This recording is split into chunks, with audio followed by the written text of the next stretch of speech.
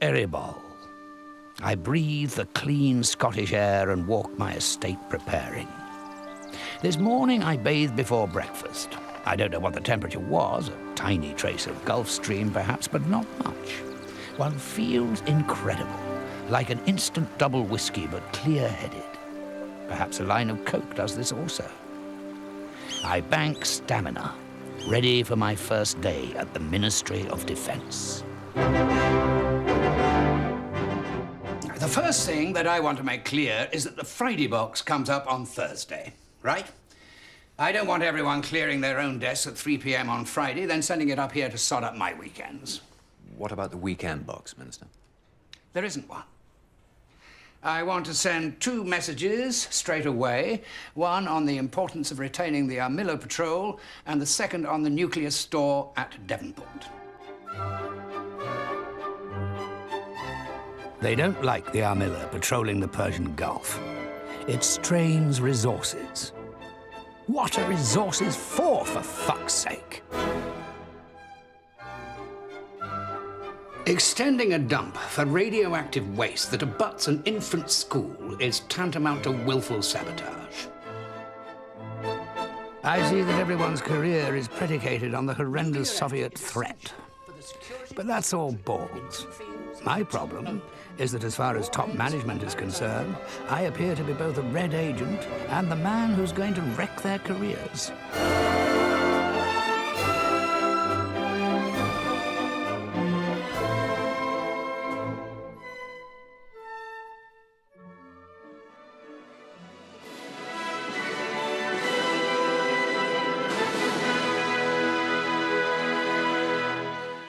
Good evening. The leaders of the party that has ruled the Soviet Union since the Bolshevik Revolution gathered in the Kremlin today to be told by President Gorbachev that in future they should compete with others for power. He told the party's Central Committee to throw away decades of political dogma. The Soviet regime is on its knees, and the Chancellor is hoping that the so-called peace dividend is going to mean big savings as the military budget is slashed. The threat, that always slightly ludicrous term, has now become a personal one to the future of the military heavyweights. The pressure of our forces on the Rhine, as you can see, the distribution... An awful lot of balls is being talked about the new scenario. I stayed quiet for most of the first half of the seminar. Then the Chancellor, who knows that I'll be able to save him money, said... Prime Minister, could we hear on this subject from the Minister of State? Of course. Well, there are a number of programs that could be eliminated without any risk. I hardly think talk of cuts would be talking. I decided to avoid the phrase early retirement. Do go on, Alan. Of course, Chancellor. First of all, we need to look at the theatres of war that our armed forces may find themselves operating in, such as the deserts of the Middle East or the rainforests of, say, Honduras and other places. And also, I think we have... I laid out my stall as best I could, given my hasty preparation. And naturally, Tom tried to come back at me. Prime Minister, if I may. Clearly further work is needed, and I trust before... Prime Minister, may I have your instructions to draw up a schedule of our equipment requirements in the next 5 years? It is simply not allowed to interrupt the Prime Minister when she is summing up at the conclusion of a discussion. Yes.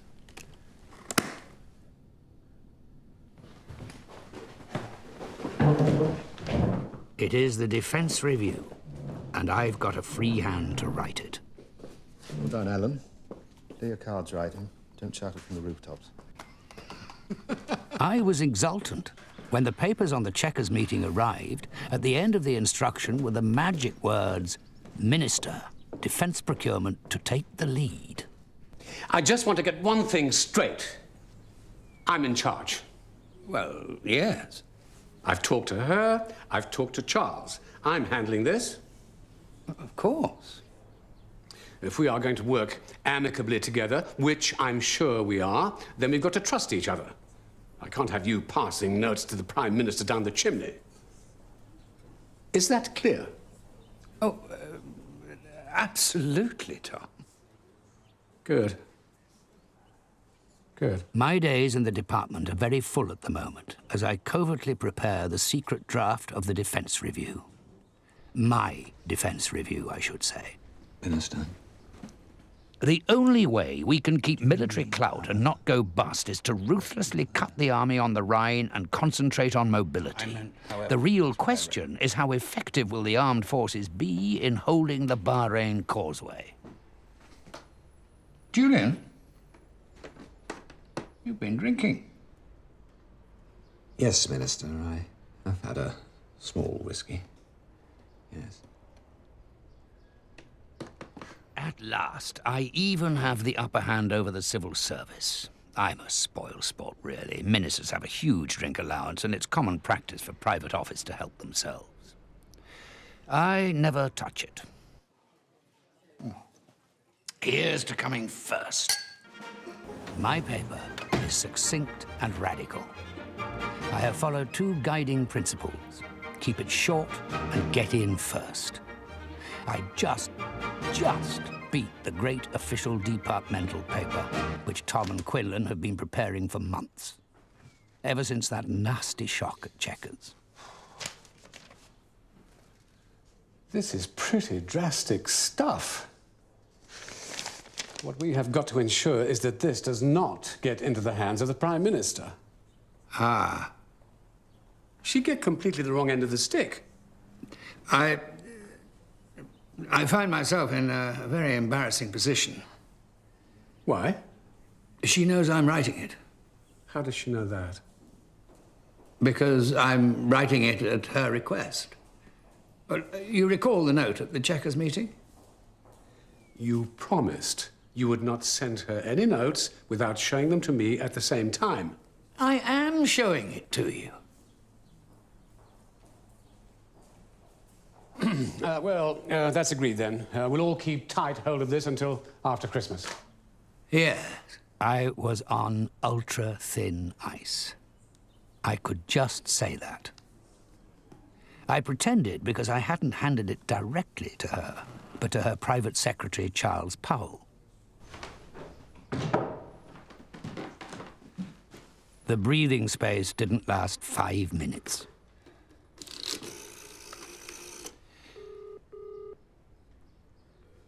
Charles Powell, please. I'm just trying for you, sir.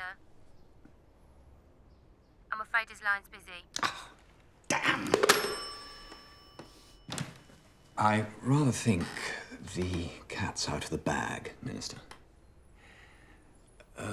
Quinlan happened to ring Charles, and Christ, what do I do now? I think you'll just have to go round straight away and apologize. Impossible. Anyway, he's probably left by now. I'll just see. Of course, he was still there, in I'm in charge mode, and the chair stood directly in front, ready for a pre-caning homily. I really am most terribly sorry. I just couldn't own up with all those people around.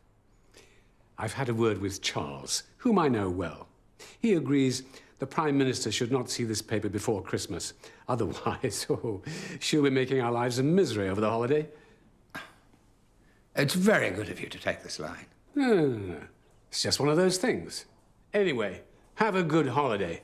You're going skiing? I felt a bit of a shit, but how else could I have played it? I put my all into that report. Truly, it was the apotheosis of my whole career, both as a historian and in public life.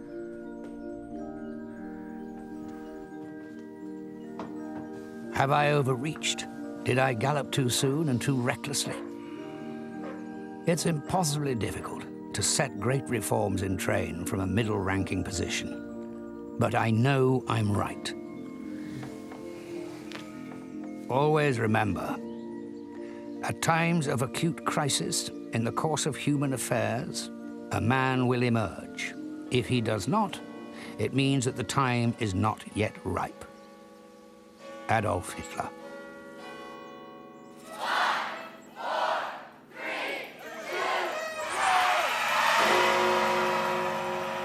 2, New Year's Day, 1990.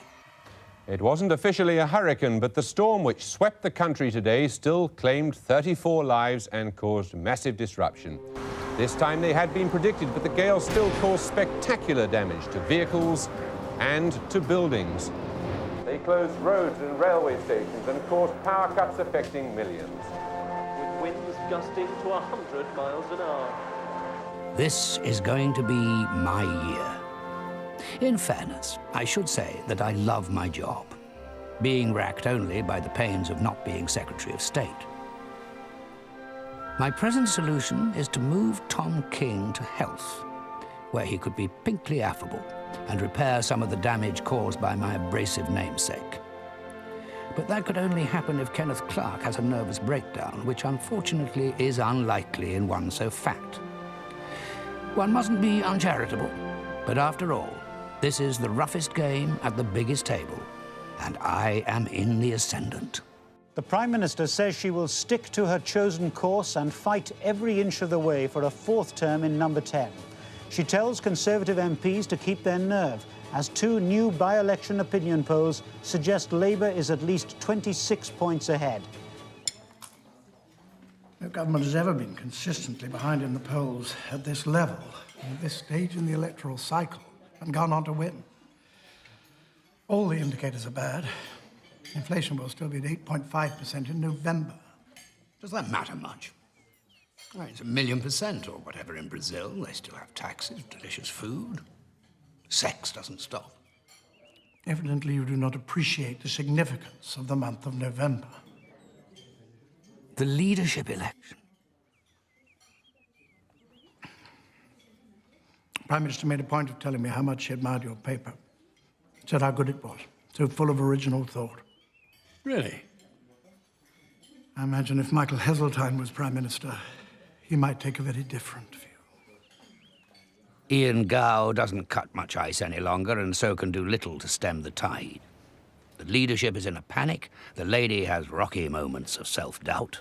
The cabinet are all over the place. Most of them are pretty doubtful, read loathe about her, but don't know what to do. Geoffrey Howe is behaving particularly poorly, chettif and unsupportive. The government have got to find $1 billion at once to buy off the poll tax complainants.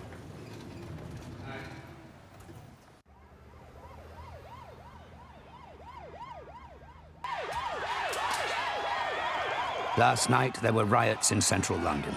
All the awful middle-class anarchists gone. Class war, random dropouts and overprivileged trouble seekers had infiltrated the march and started beating up the police.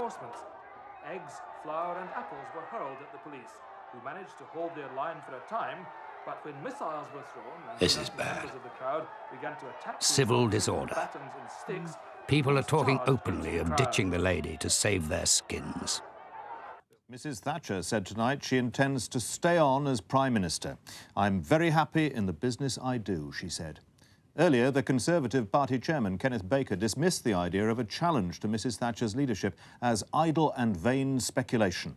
There's a wild rumour going round she may be deputised at the end of July. Deputised? Yes. You know, receive a deputation. Chief Whip, 22 executive, Willie, that sort of thing. Told to throw in the towel. It's contemptible. But if there isn't a marked improvement, by early to mid-October, over 100 votes may be cast against her at the leadership contest. Over 100 would mean she'd have to stand down. Do you want that last Scot? No?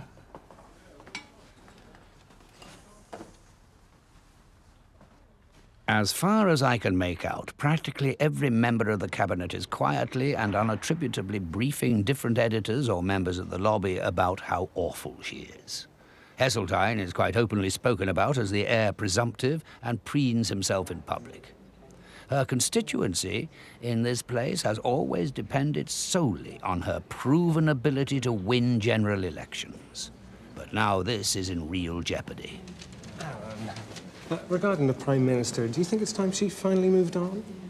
What's more, I'm inclined to think that the party in the House has finally just got sick of her.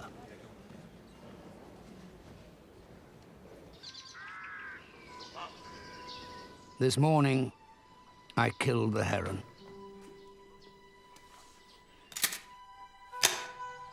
He's been raiding the moat, starting in the early hours, then getting bolder and bolder, taking 8 or 9 fish every day.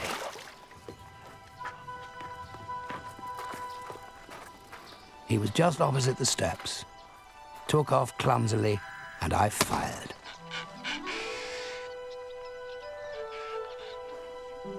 I reloaded, went round to the opposite bank. Tom beat me to it and gamely made at him. Out of the way, Tom! I did not want to mutilate that beautiful head, so drew a bead on his shoulder. The execution.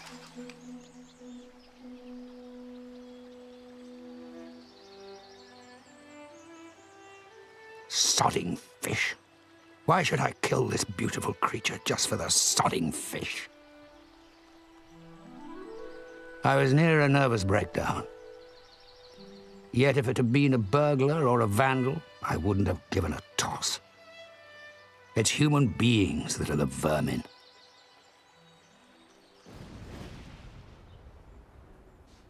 If something is happening, or has happened, that affects one adversely, is upsetting, bad news, one feels very tired over that time, even though one still doesn't know. This morning, I felt dreadful. It's not just feeling a bit sleepy. It's feeling absolutely shattered, as if one was getting polio, only without the fever. Minister, I have some very bad news. Ian Gow has been killed by a car bomb.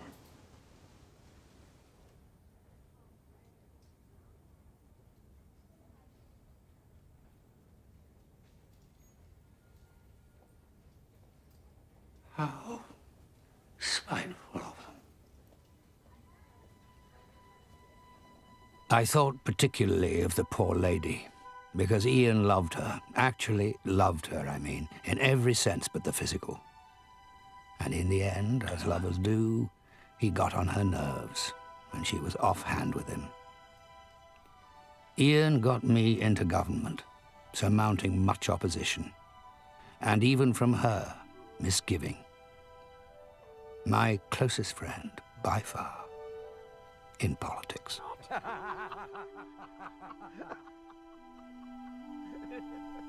Now they've got her 2 closest confidants, Airy and Ian. I suppose I should be apprehensive that they might come for me. But strangely, because I am in many circumstances cowardly, I'm not.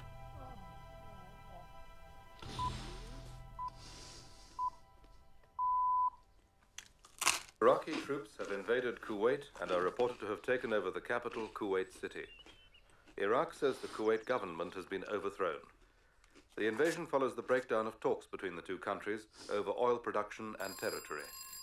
The White It House seems has condemned the that invasion sooner as than an act of expected, military the Clark-Bahrain yardstick has its credentials confirmed.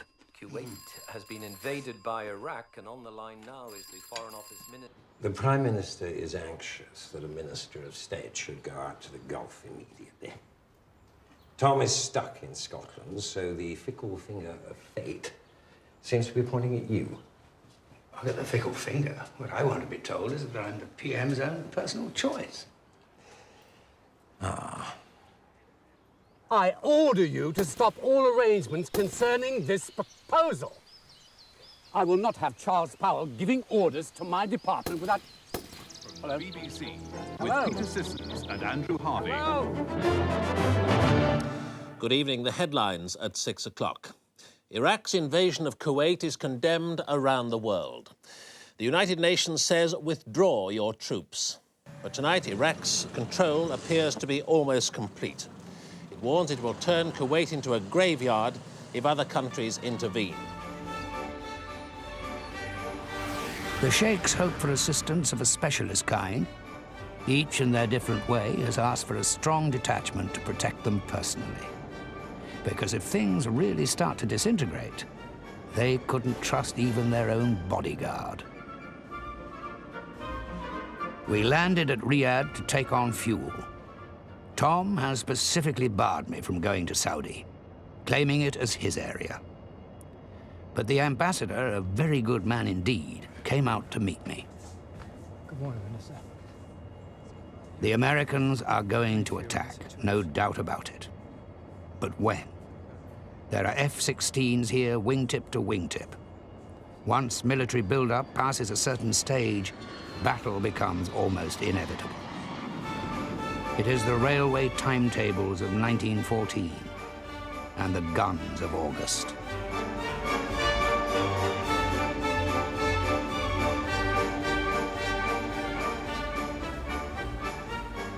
Tom has given me a good talking to after my Gulf trip. Overstepping the mark again, apparently. This fucking Saddam thing has given the armed forces a renewed raison d'etre. A war to fight. Wee-hee! Buy anything, order anything. All great fun, but I sense those who are opposed to me and what I'm trying to do are in the ascendant. I am back in my kettle and have a lot of extra approving to do of emergency procurement. But I am completely excluded from policy meetings. While Saddam masses his troops, the Tory party remains intent on its petty squabbles. The lady is beleaguered. She doesn't realize what a jam she's in. It's the bunker syndrome. Everyone round you is clicking their heels. The saluting sentries have highly polished boots and beautifully creased uniforms. But out there at the front, it's all disintegrating. The backbenchers are mutinous and in flight. And in her hour of gravest need, Geoffrey Howe has decided to resign. Received wisdom, has it? That Geoffrey's resignation will tear the whole thing wide apart. Why? Why should it? Who gives a toss about the old dormouse? Careless talk, Alan. Tristan is clamming up. A bad sign. Already has gone into neutral mode. Secret policemen burning the old files, ready to serve new masters. It's rather like sending your opening batsman to the crease only for them to find the moment the first balls are bowled that their bats have been broken before the game might have been captured.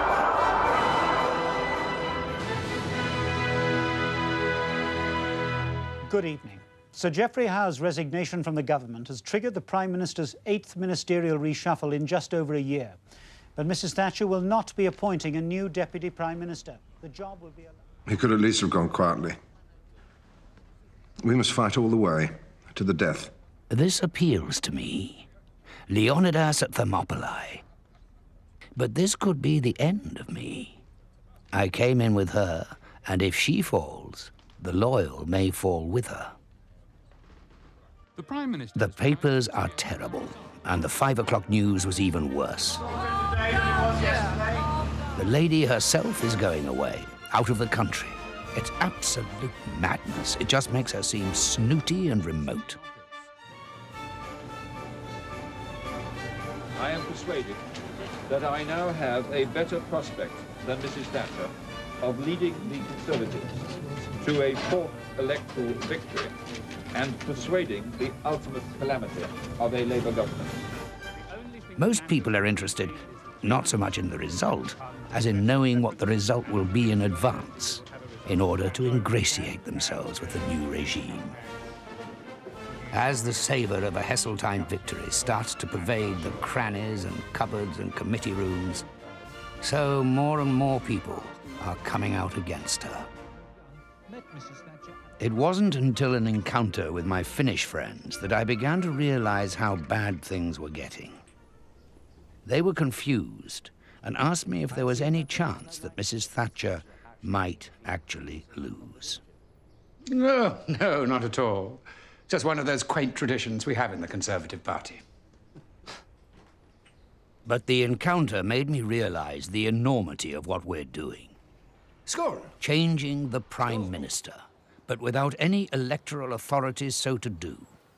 I went to see Peter Morrison, who was looking after the ladies' campaign, and found the usually buzzing corridors curiously deserted.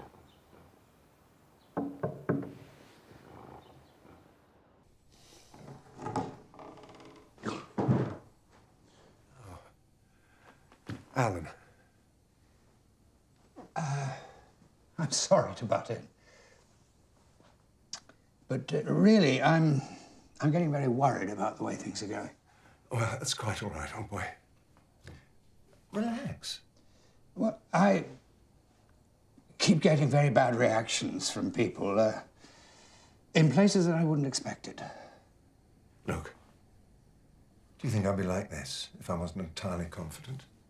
What does the arithmetic look like? It's tightish, but okay. I've got Michael on 150. Could be 124. Worst. Peter, I don't think that people are being straight with you.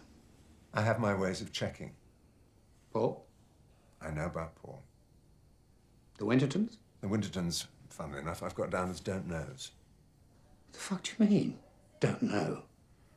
This isn't a fucking street canvass. It's a two-horse race. Every vote counts. Actually, I think there might be a number of abstentions. Well, shouldn't we be out there twisting arms? There's no point. In fact, I think it could be counterproductive. I have a theory about this. I think some people might abstain on the first ballot in order to give Margaret a fright, and then rally to her on the second. For want of a nail, a kingdom was lost. 4 votes. That was all there was in it. Alan, she'll wipe the floor with him next time round. The abstainers will all come in. You don't understand. All those people who wanted to give her a fright will support her now she's up against it. You'll see. How can people get things so wrong? Perhaps there was a lot of this kind of muddled thinking around before the ballot.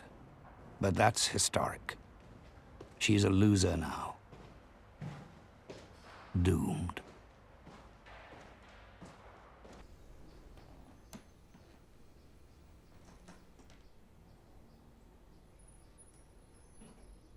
In the end, we are all sacked, and it's always awful. It is as inevitable as death following life. If you are elevated, there comes a day when you are demoted. Even prime ministers.